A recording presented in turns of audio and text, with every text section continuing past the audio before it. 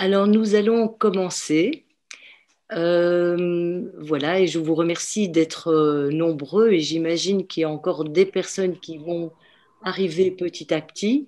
J'ai le plaisir de vous présenter d'abord Cécile Farkas, la directrice éditoriale de Dorian Film depuis 2015.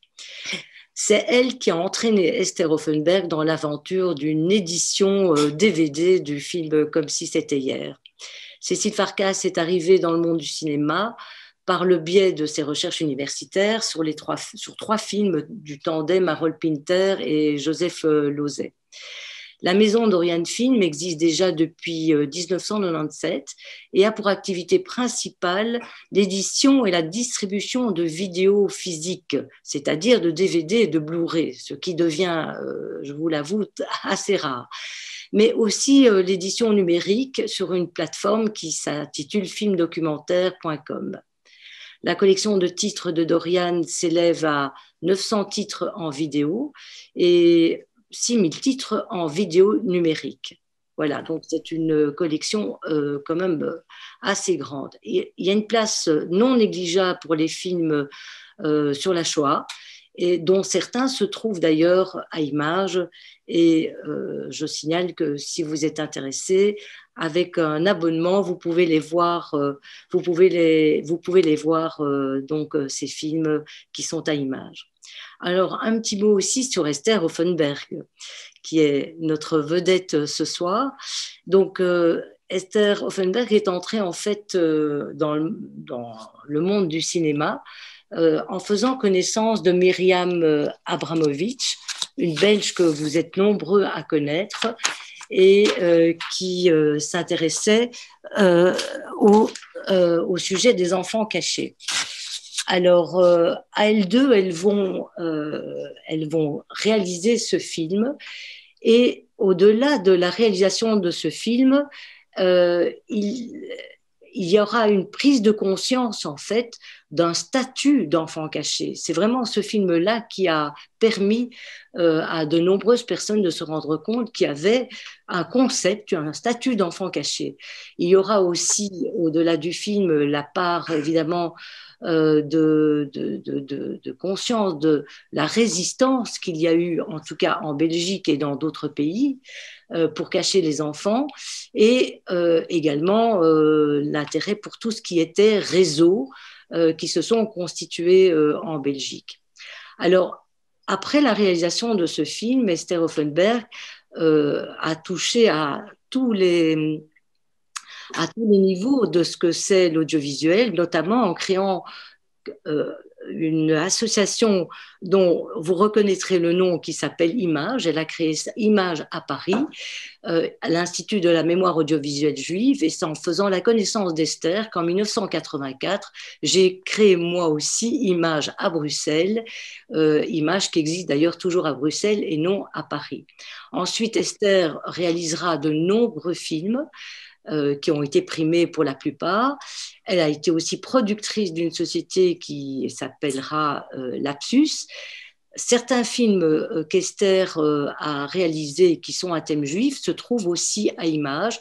Je vais en citer quelques-uns. Discorama signé Glaser. Donc, c'est sur Denise Glaser qui a créé l'émission Discorama que certains des plus âgés d'entre nous ici se souviendront. Et le film aussi, par exemple, Les deux vies d'Eva, qui est une évocation de la vie de la maman d'Esther. Bernadette Lafont et Dieu créait la femme libre, encore un film que Esther a réalisé. Voilà, ça c'était pour l'introduction. Donc à la fin de l'entretien, je vous en dirai plus sur comment obtenir le DVD et comment voir le film que Dorian Film et Esther ont eu l'amabilité de nous céder pour le temps d'un week-end. Alors, je cède la parole à Cécile Farkas. Bonsoir. Tout d'abord, je tiens à vous remercier, Béatrice, de bien vouloir m'accueillir dans votre salle virtuelle, d'une part, et je tiens aussi à remercier Esther de nous avoir confié à Dorian Film ce film extraordinaire que j'ai découvert avec bonheur l'année passée. Je commence par dire que je connais Esther depuis quelque temps maintenant et qu'au catalogue de Dorian Film, il y a d'autres films qu'elle a réalisés et produits, comme son film sur Violette le Duc et son film sur Pasquine et d'autres encore. Et je connais la qualité de son travail. Et puis un beau jour, elle m'a dit, mais il y a un film qui me tient à cœur, que j'ai réalisé il y a bien des années et que j'aimerais te faire connaître, car j'ai l'intention de le restaurer et de lui redonner vie, et pourquoi pas vivre cette aventure ensemble. Et elle m'a donc donné à découvrir, comme si c'était hier, film au titre absolument remarquable, apéritif et mystérieux, que j'ai découvert avec bonheur. Et nous fonctionnons à Dorian Film au coup de cœur, et j'ai eu un véritable coup de cœur pour ce film. Esther le sait. Ça a été vraiment un bonheur que de découvrir ce film pour beaucoup de raisons. D'abord, sa beauté exceptionnelle, sa beauté esthétique, son montage, la façon qu'elle a eu de filmer les gens, enfin, beaucoup de choses. Mais pourquoi d'abord ai-je décidé d'éditer ce film? D'abord, comme vous l'avez dit, Béatrice, la question de la Seconde Guerre mondiale et de la Shoah revient dans de nombreux titres que nous avons édités chez Dorian Film. Je pourrais éventuellement vous donner certaines informations à ce sujet. Nous éditons à Dorian Film beaucoup de documentaires et de fiction. Parfois, la frontière est poreuse entre la fiction et le documentaire, mais nous éditons beaucoup de documentaires et c'est l'histoire du XXe siècle qui m'intéresse tout particulièrement. Et donc, forcément, la question de la Seconde Guerre mondiale et du nazisme. La question aussi des enfants cachés m'a semblé être de première importance et n'a pas été si souvent abordée dans les films que j'ai regardés. Donc, j'ai décidé que ce titre avait toute sa place dans le catalogue de Dorian Film. Par ailleurs, il est toujours passionnant aussi de voir en tant que citoyenne française, de voir comment les choses se sont déroulées ailleurs, au-delà de nos frontières, pour déceler des similitudes et des différences entre nos histoires respectives.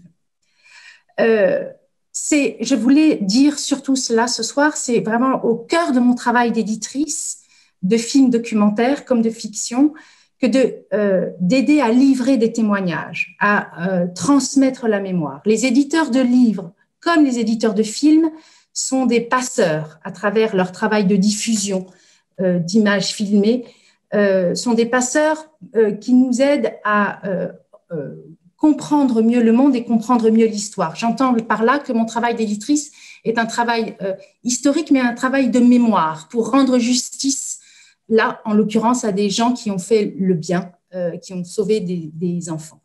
Donc, cette aventure est une aventure morale et historique qui nous éclaire et nous permet de construire l'histoire. Et puis, à Dorian Film, c'est pas que l'aventure, pas qu'une aventure de morale et d'histoire et de découverte de l'histoire, c'est aussi la mission que je m'assigne, qui consiste à défendre des auteurs. Et Esther et Myriam sont deux autrices que j'ai tenu à défendre à travers l'édition de ce film, parce qu'il ne s'agit pas d'un simple témoignage brut, mais il s'agit vraiment d'une création filmique remarquable, je tiens à le dire, qui a été époustouflante pour moi au moment de sa découverte, qui s'est livrée sans phare, mais avec beaucoup d'émotion, les témoignages de ses interlocuteurs et de ses justes. Donc, c'est un film que je trouve magistral sur le plan artistique, très important sur le plan historique, mais vraiment très important aussi sur le plan de l'histoire du cinéma. Voilà. Donc, voilà les raisons pour lesquelles je voulais vraiment qu'il entre au catalogue de Dorian Film, et je remercie Esther de me l'avoir proposé. Je vais maintenant, Esther, te poser quelques questions, bien que on se connaisse depuis longtemps, mais je vais faire comme si je ne savais pas. Alors, tout d'abord, quelques mots. Est-ce là ton premier film, Esther? Ah oui, c'est carrément premier film pour Myriam et pour moi. complètement. C'est-à-dire que c'est vraiment la motivation de faire passer un message de gratitude, un message d'espoir aussi, et puis cette découverte, de partager cette découverte de comment de la résistance. Il y a vraiment c'est ça qui nous a emmenés vers la réalisation et la production d'un film auquel on connaissait strictement rien à l'époque, hein, à part de fréquenter deux cinéastes belges formidables qui sont Samy Slingerboom, qui est l'auteur d'un chef-d'œuvre qui s'appelle Bruxelles Transit, un film en yiddish sur sa mère, et puis Boris Lehmann, que j'ai pas besoin de présenter aux amis belges, qui a une œuvre vraiment extraordinaire et qui m'ont entraîné sur la voie du cinéma et encouragé aussi Myriam et moi. Et comment avez-vous réussi à entrer en contact avec les gens que vous avez filmés? Comment s'est déroulée cette recherche? Alors d'abord, Myriam a quitté son travail à New York. Elle travaillait dans l'édition parce qu'elle avait le projet d'écrire un livre sur les gens qui ont sauvé ses parents, évidemment, qui sont dans le film. Madame Reutz, c'est dans le film. Et elle avait déjà commencé à rencontrer pas mal de gens, dont d'ailleurs Yvonne Neufjean, qui était un personnage officiel très important. Mais la décision donc moi, je suis allée avec elle voir le père Capard. C'était ma première expérience. Et là, j'étais bouleversée parce que de me rendre compte que des gens aussi modestes, qui payaient pas de mine et à qui je me serais pas forcément intéressée, révélaient une bonté et puis un engagement qui m'a vraiment émue et intéressée. Et c'est ensemble que nous nous sommes orientés autour des enfants, pour deux raisons. Évidemment, les enfants, c'est la première guerre où on s'est attaqué aux enfants. Et les enfants, c'est l'avenir, et bien sûr, et puis c'est toute l'horreur de la spécificité du nazisme, hein, de s'être attaqué aux enfants, de les avoir interdits en Belgique d'aller à l'école, de porter l'étoile jaune, etc. Donc il y avait cette... Et puis aussi parce qu'en Belgique, autour des enfants, il y a eu un réseau extraordinaire qui a travaillé et qui s'est réuni et qui s'est fédéré autour des enfants. Donc ça faisait, c'est vrai qu'on a eu une chance extraordinaire d'avoir les acteurs de ce réseau et du coup ça donnait une cohérence aussi par rapport au film, bien que évidemment on couvre des tas de cas de figure différents. À ta connaissance, existe-t-il, avant que Myriam et toi ne preniez cette initiative, un autre film? Il y a eu non, il n'y a pas eu de film sur les enfants. Non, ça, j'en connais pas. Je crois que, mais il y avait un film sur le Chambon de Pierre Sauvage qui s'appelait La résistance de. J'ai un peu, je sais pas si quelqu'un se souvient, mais un film sur les protestants et comment ils ont la population du Chambon a carrément doublé pendant la guerre. Voilà, donc il y avait ce film-là, mais on le connaissait pas. Je crois qu'il a travaillé en même temps. Vraiment, on a dû travailler en même temps. On l'a découvert ensuite. La source d'inspiration, c'était plutôt en contre. Je dirais en pour et en contre. En contre, c'était par rapport à la série Holocauste. Et puis en pour, c'était en pour et en contre Le Chagrin et la Pitié, qui était esthétiquement un film très abouti et très noir et blanc, etc., mais qui donnait vraiment une vision de la France. Donc moi, j'étais imprégnée de cette vision du Chagrin et la Pitié, et de voir, donc c'était une découverte pour moi en Belgique. Je connaissais pas les réseaux en France, pour une bonne raison, c'est que mes parents sont arrivés après la guerre de Pologne. Donc, je connaissais pas, j'ai pas eu personnellement un lien avec cette histoire. Mais j'avais quand même un lien, puisque mon père a été caché et que à Varsovie. Donc, il a bénéficié aussi d'une main tendue de non-juifs. Voilà, donc tout ça s'est réveillé et m'a engagée dans le film. Le film de Pierre Sauvage. Myriam, salut! Hello. Le film de Pierre Sauvage s'appelle Weapons of the Spirit et il est sorti en 87. Bonsoir Myriam. En contre la série Holocauste, en quelques mots, pourquoi? Maintenant, je l'ai revu et je trouve que c'est un travail, d'abord, quand on connaît l'écho mondial que ça a suscité, la prise de conscience en Allemagne et en France, l'intérêt pour la Shoah, on relativise. Mais à l'époque, c'était le témoignage qui comptait et on voulait vraiment capter les vraies personnes. Ben, Myriam, tu peux en parler puisque... Oui, enfin, l'intérêt était au départ, la question était pourquoi vous avez risqué votre vie pour sauver ces enfants. C'était vraiment par rapport aux sauveteurs, à ces gens simples qui ont hésité même en répondant, qui ont réfléchi, puis disaient oui, pour nous, c'était comme si c'était hier qu'on a accueilli cet enfant. C'était vraiment ça la motivation. C'était la toute première personne, c'était la personne, Madame Reutz, qui avait caché mes parents à un moment, parce qu'ils avaient plusieurs cachettes, et mon frère aussi. Et ma mère m'avait demandé d'aller visiter Madame Reutz après la mort de son mari, Oscar. Et c'est là que j'ai appris l'histoire que j'avais toujours entendue de ma mère. J'ai entendu la version de Madame Reutz. Et c'était un moment où elle se lève pour nous préparer un plateau et que j'ai vu sa nuque. Et que c'est là que je me suis rendu compte que cette femme, que c'était la raison que j'étais là, que c'était grâce à elle que j'étais là. Donc, c'était une prise de conscience. Je suis retournée à New York et puis bon, c'est toute l'histoire qui s'est évoluée. Mais au départ, c'était pourquoi ces gens, à part qu'eux-mêmes, ils vivaient la guerre, ils ont en plus risqué leur vie de prendre un enfant chez eux. Un enfant, et c'était aussi, nous avons fait les interviews avec les adultes, et on avait trouvé que les enfants, c'était vraiment, comme Esther disait, c'était l'avenir, c'était s'attaquer à un enfant, c'était énorme parce que bon, ils n'avaient pas moyen de se défendre. Et aussi, pour les Belges, ils étaient occupés en 14-18 et il y avait un ras-le-bol de nouveau d'avoir les couvre-feux et de leur dire quoi faire.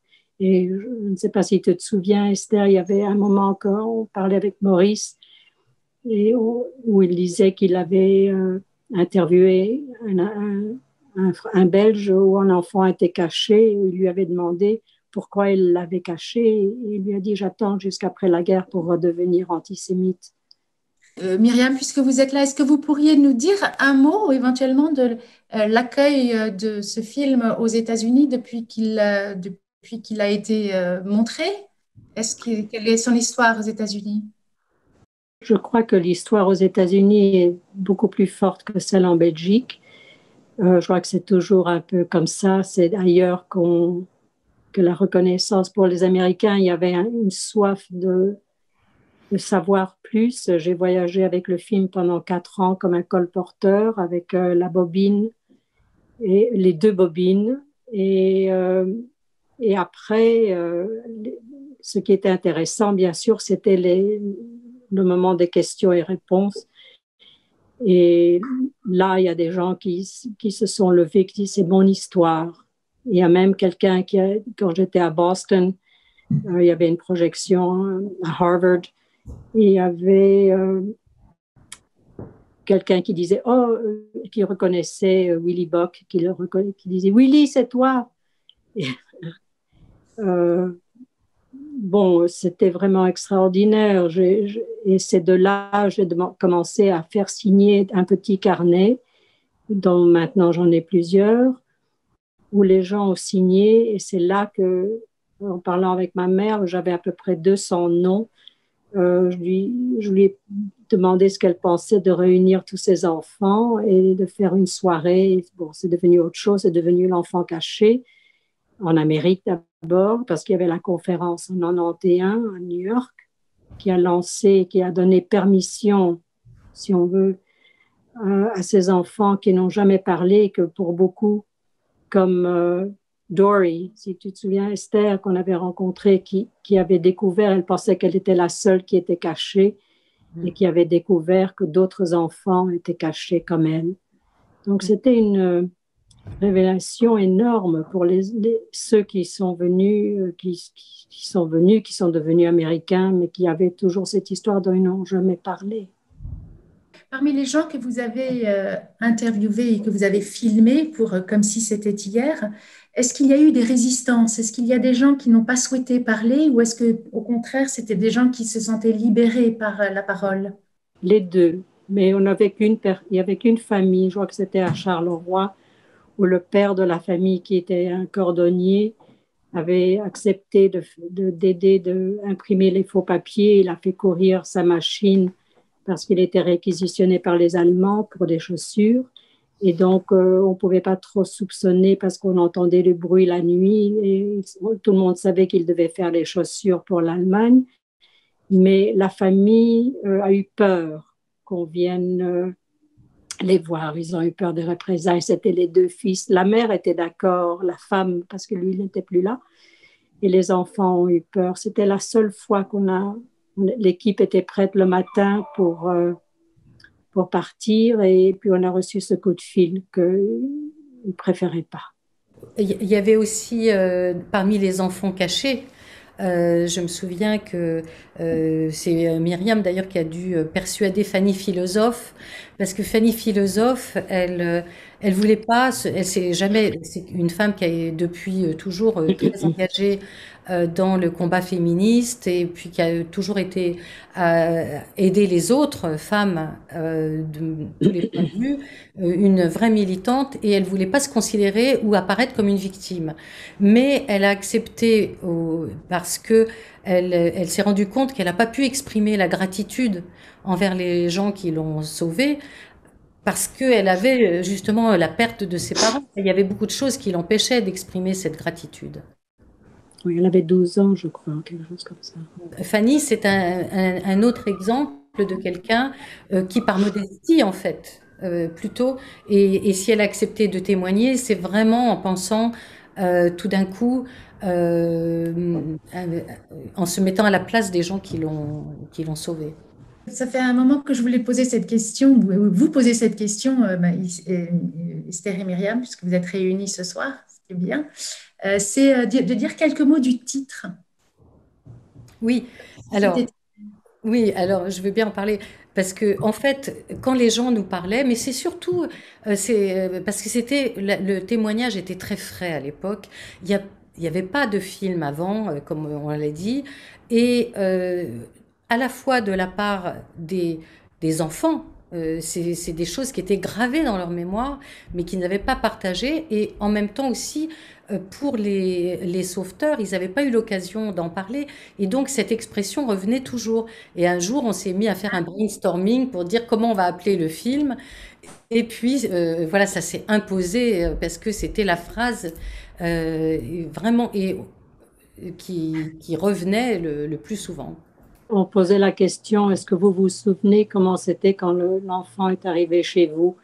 Et c'était vraiment la réponse presque de tout le monde. Ah oui, pour moi, c'était comme si c'était hier. C'était vraiment la phrase qui revenait le plus souvent. D'ailleurs, on l'entend même toujours aujourd'hui quand on entend les reportages à la télé, que c'est une question qu'on se pose souvent et que les gens disent « Ah oui, oui, pour moi, c'était comme si c'était hier. » Donc, c'est vraiment quelque chose qui coule naturellement comme réponse parfois. C'est vrai que cette réponse, elle est venue aussi parce que c'était la première fois. Je pense que pour beaucoup de gens, après André Gulen est devenu vraiment... il y a eu beaucoup de films qui ont été faits après, soit sur elle, soit sur d'autres personnes. Donc, la médiatisation n'avait pas du tout commencé par rapport à ce problème. Donc, les gens vraiment avaient cette fraîcheur quoi, dans le souvenir. Il y a aussi une chose, je disais tout à l'heure que je fonctionnais au coup de cœur et que ce film m'avait beaucoup ému. Et un des éléments de ce film, outre l'émotion suscitée par les personnages, etc., un des éléments qui m'a beaucoup touchée dans ce film, c'est sa musique. Et je crois que l'histoire est assez jolie et j'aurais aimé que Esther la partage, Esther et Myriam. Alors, c'est Myriam qui a rencontré Neige quand elle est avec Renée Miès, qui était une chanteuse de rue. Et nous avons, moi j'ai tout de suite, quand j'ai rencontré Neige aussi, j'ai été très bouleversée par sa musique qui collait complètement, parce qu'elle chantait toujours comme ça. Je veux dire, c'était sa façon de chanter. La musique du film, c'est vraiment comme ça qu'elle chantait dans la rue, sauf que, et là j'aimerais que Myriam en parle, on l'a enregistré dans un endroit qui était un endroit mémorial. Tu te souviens, Myriam, tu pourrais peut-être en parler? Oui, c'est-à-dire que je l'ai entendue dans les galeries et sa voix résonnait elle chantait dans les galeries à cause de la résonance. Et elle était là en Belgique, c'est une Française, pour se faire opérer du visage. Il y avait une opération qu'elle devait faire. Elle était bandaged. Oui. Elle avait comme un œuf de Pâques. Et elle avait des grands pansements et elle était là, elle chantait pour payer cette opération. Et j'ai attendu après qu'elle terminait pour lui parler un petit peu et elle est retournée chez Mies avec moi et là je lui ai montré quelques planches contact des photos des gens que nous avions interviewés et je lui ai raconté l'histoire un petit peu, mais ce qui l'a touché très fort, c'était les enfants à cause de sa propre jeunesse. Et elle chantait comme ça pour camoufler les cris des parents qui se chamaillaient. Et pour elle, elle avait saisi quelque chose dans cette histoire et je me souviens qu'elle était partie. Il n'y avait pas moyen de rester en contact avec elle. Elle avait dit qu'elle allait revenir telle et telle date en septembre et jusque on l'avait vue apparaître, on ne savait pas et elle est revenue avec ces chants qui étaient inscrits en couleur sur un papier, des notes où elle allait monter, descendre sa voix. Et on l'a enregistré la toute première fois à la Grande Synagogue, rue de la Régence. Moi, je l'ai revue à Paris. Elle habitait dans une chambre de bonne au 7e étage. Et on est resté en Raspail. après, oui, boulevard Raspail. Et puis, je cherche à la retrouver. J'ai cherché par la SACEM et la seule façon que je l'ai retrouvée, c'est dans le film de Maurice Pialat, Loulou. Oui. Parce qu'elle est au bar et elle chante comme elle chantait avec son ukulélé à côté de Gérard Depardieu dans le film Loulou. Esther, c'était ton premier film. Myriam, est-ce que c'était votre premier film aussi? C'était mon premier film. Je prenais des photos. Je travaillais dans une maison d'édition et je prenais des photos d'auteurs en noir et blanc. Donc là, c'est là que je pensais que ça devait être du noir et blanc. Ça pouvait pas être autre chose. Et d'ailleurs, ça nous a présenté pas mal de problèmes parce que Kodak avait arrêté de faire le 11-22, je crois que c'est ça, cette pellicule-là, et que les gens filmaient en couleur et puis changeaient en noir et blanc à la table de montage. Et on avait 10 bobines, je crois, qu'ils nous ont envoyé, Eastman Kodak nous a envoyé ce qu'ils avaient comme stock. Mais c'était une très belle pellicule. C'était vraiment, c'était une superbe pellicule. D'ailleurs, elle tient bien le coup, je crois. L'image, c'est Jean-Noël Gobron, avec qui on est toujours, je suis toujours en contact, qui vit maintenant dans le sud de la France et qui est le fils d'un peintre flamand auquel il a consacré d'ailleurs un film. Il est devenu réalisateur, comme Dominique Laureau qui a monté le film est devenue aussi réalisatrice. Il y avait donc Jean-Noël était très minutieux et il prenait et l'éclairage, enfin ça prenait vraiment beaucoup de temps. D'ailleurs notre problème avec Myriam c'était de faire patienter parce que les gens avaient tellement envie de parler que c'était difficile de leur expliquer qu'il fallait 1 heure pour faire la mise en place soignée. Mais pour dire Vous êtes là, 2 jeunes réalisatrices, vous prenez cette aventure à bras-le-corps. Quels sont vos moyens financiers? Vous êtes... Rien. Alors, on a mangé beaucoup de McDonald's. Hein. À l'époque, c'était les Quick à Bruxelles. Mais en fait, il y avait quand même une confiance. On savait qu'un premier film, personne nous donnerait d'argent.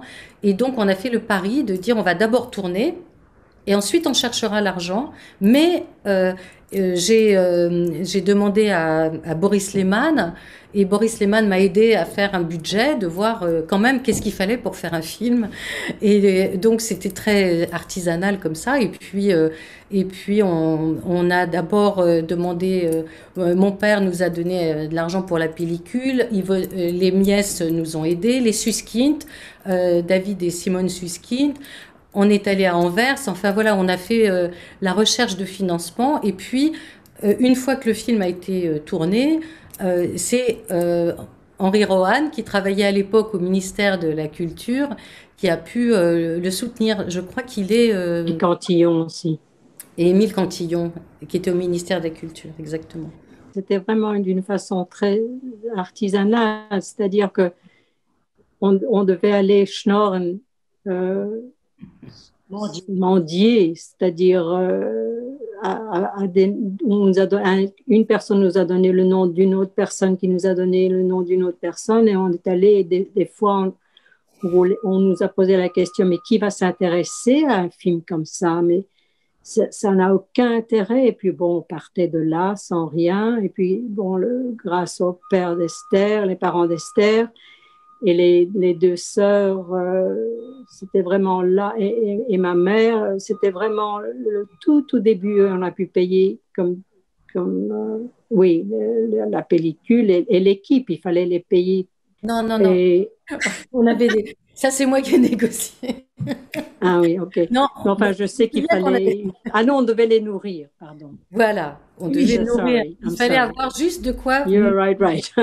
Mais ils avaient accepté, je sais pas, la confiance qu'on avait au culot. Elle a dit, écoutez, vous serez payés, je ne sais pas quand, mais vous serez payés. Et ils ont été payés, mais ils ont été patients. Donc là, on leur doit... mais on a tenu parole, ça a pris du temps. Ouais. Vraiment une équipe qui a cru aussi. Il y avait quelque chose dans notre enthousiasme commun qui était communicatif et qui fait qu'on nous a fait confiance. Il faut dire aussi qu'il y avait de l'autre côté de la frontière où on apportait les roches tous les soirs. Il y avait Herman Swart qui, grâce à lui, à qui on n'a pas pu payer tout de suite non plus et qui nous a développé les roches tous les soirs. Et 1 ou 2 de l'équipe allaient à la frontière, donner ce que nous avons fait la journée et prendre ce qu'eux, ils avaient tiré. Donc là aussi, il n'y avait pas d'échange pendant un bon moment, je crois, pour... comment s'appelait la boîte? Ciné. D'ailleurs, c'est comme ça que j'ai eu la sonnette d'alarme et que j'ai eu la prise de conscience. C'est que quand j'ai voulu récupérer le négatif chez les Rush, chez Cinéco, j'ai appris qu'ils avaient fait faillite sans laisser d'adresse. Et que voilà, il y a beaucoup de films qui sont mis en péril comme ça parce que les prestataires disparaissent. Et heureusement, la Cinémathèque royale de Belgique avait conservé, parce que on avait déposé à la caserne d'Aussin le négatif, et eux, ils avaient récupéré le négatif, parce que pour tous les films belges, ils ont récupéré les négatifs. Et grâce à ça, j'ai vraiment, ça m'a motivée à à le relancer, à le proposer, etc. Et sans Doriane, il n'y aurait pas eu toute cette énergie, sans ce projet d'édition. Voilà, c'est ce qui a motivé la restauration. Et à l'époque, donc vous réussissez grâce à un réseau d'entraide magnifique à donner vie à ce film et grâce à votre motivation exceptionnelle. Et quel est l'accueil de la critique? Comment il est présenté? Quel est son circuit dans les salles? Est-ce que vous pouvez nous dire un petit peu? D'abord, on a eu une avant-première à Bruxelles qui était le 1er mars 1980, inoubliable. 23 mars. 23 mars. Ça a été extraordinaire. La salle était remplie de gens qui étaient tous concernés directement ou indirectement. 450 personnes. Ça a été vraiment, ça nous a donné un...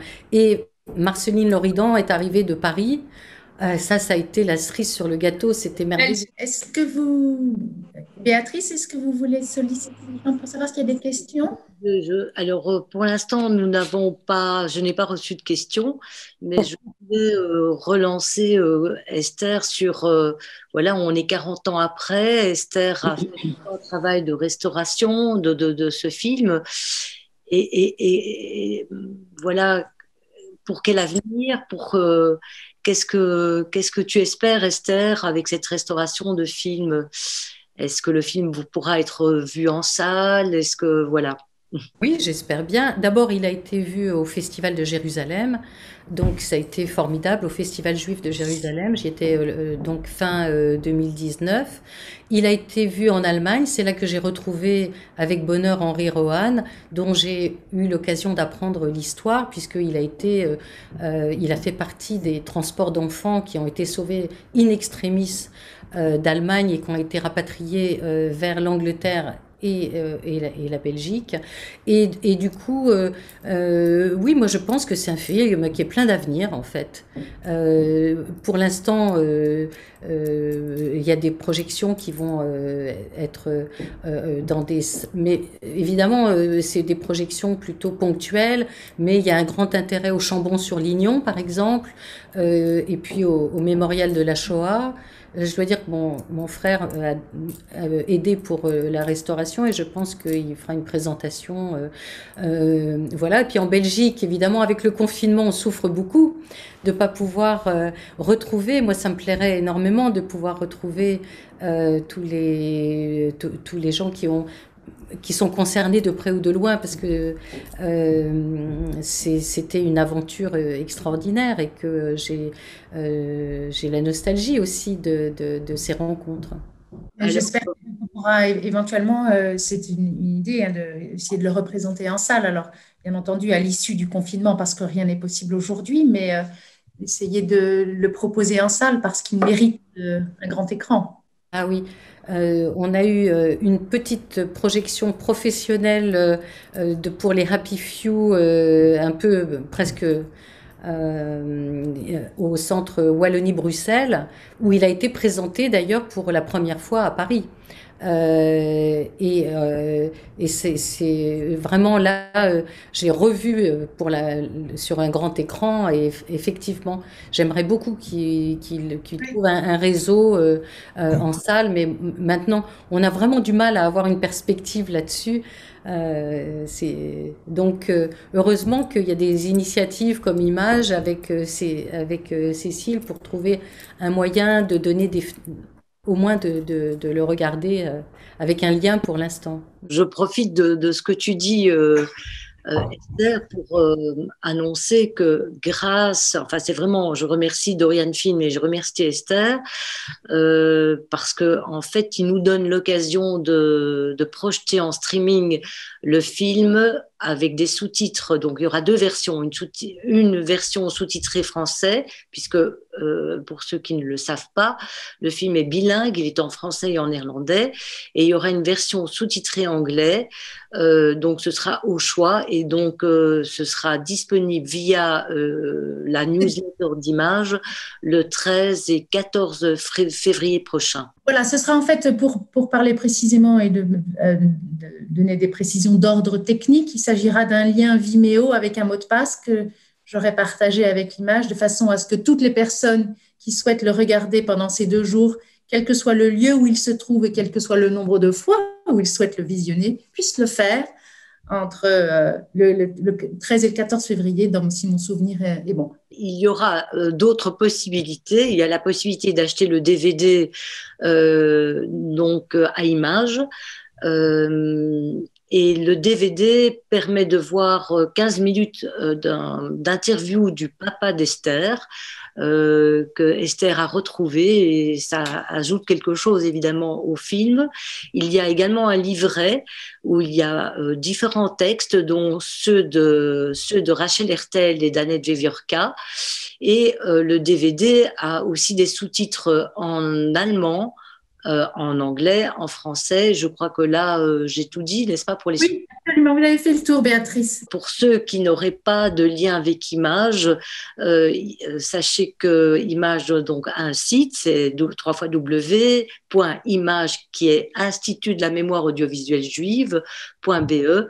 Et voilà, et là, vous pouvez mettre votre adresse email pour avoir le lien pour ce streaming. Voilà, nous arrivons plus ou moins au bout de cet entretien. Donc, merci Esther, merci Cécile de nous avoir éclairés. Et puis, cet entretien a pris une toute autre tournure grâce au fait que Myriam était là.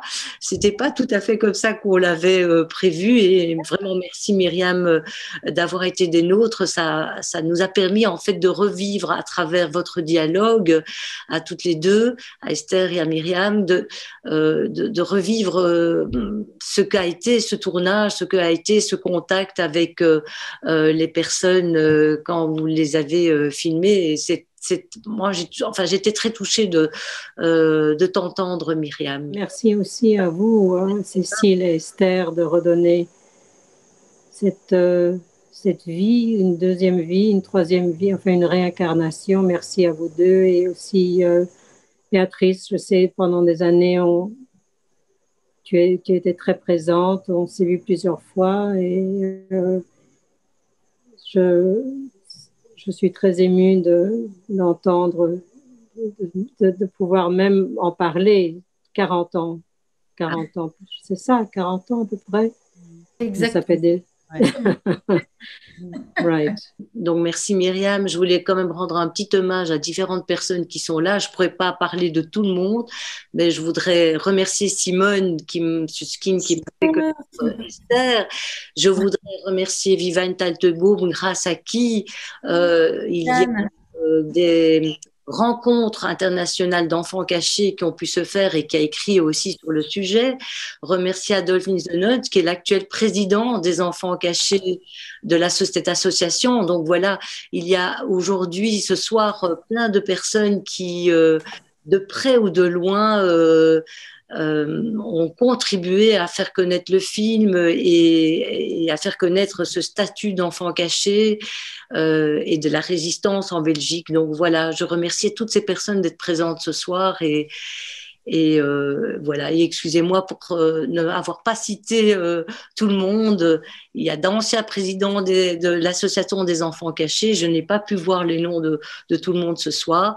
Merci encore Myriam, qui de New York a participé, Esther, Cécile, voilà. À très bientôt.